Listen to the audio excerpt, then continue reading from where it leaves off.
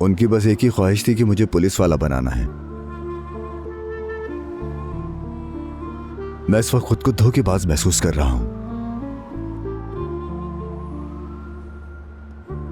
असल में मुझे उन्हें सच बताना चाहिए कि मैं क्या हूं। मैं बुरे लोगों के सामने, बच्चों पे जुल्म करने वालों के सामने और मुजरिमों के सामने अपने गुस्से पर काबू नहीं रख पाया। नहीं कर पाया मैं ये। सच बता दो उन्हें। कैसे बता दूं मैं उन्हें? फिर से दिल का मसला ना हो जाए। ऐसी बातें कर रहे हो जैसे तुम्हें कुछ नहीं पता। हाँ सही कह रहे हो।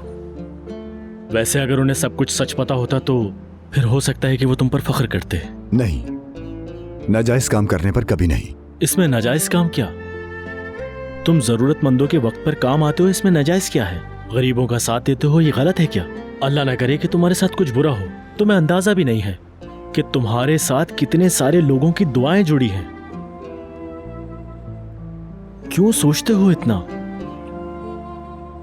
अरे यार पिले, इधर आओ तुम मेरे पास। मेरे भाई, शुक्र है कि तुम हो। मैं हमेशा तुम्हारे साथ हूं।